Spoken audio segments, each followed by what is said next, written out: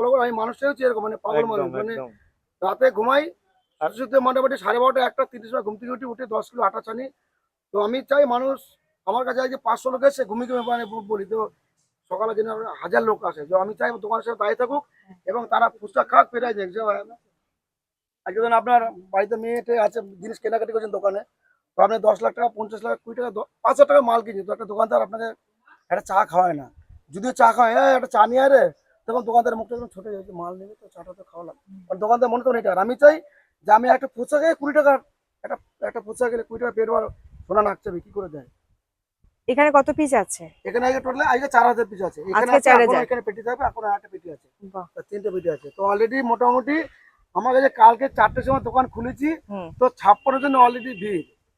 তো মানে মানে দোকান খোলার আগেই ভিড়। মানে কি বলবো, জামা টেনে ছেড়ে দেয়, মানে তাই?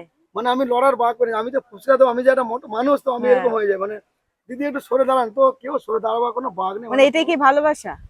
মানুষের ভালো, যেমন আমি কাস্টমার করে দিই, দিদি একটু পরে আসুন, দাদা আমি দাঁড়াবো, আমি দিদি তার জন্য বুক ভরা ভালোবাসা, আমার আচ্ছা। কিছু নাই, আমার কিছু লাগবে না। আমি মানুষের ভালোবাসা, মানুষের বুক ভরা ভালোবাসা, মানুষের আমার সাপোর্ট, এটাই আমার বেশি ভালো। এটাই সম্বলদা। নাহলে আজকে 1.5 লক্ষ মানুষ এই যে আমাকে দেখেছে, তো আমার তো কিছু করি না, আমি আমি করার কেউ না। সব হচ্ছে ওই যে বলো আমার নিজের থেকে পর বলো, আমার নিজের বাবা যদি আমাকে 10 টাকা ধার নেয় না, সে বললো তোর কাছে নেই নেই।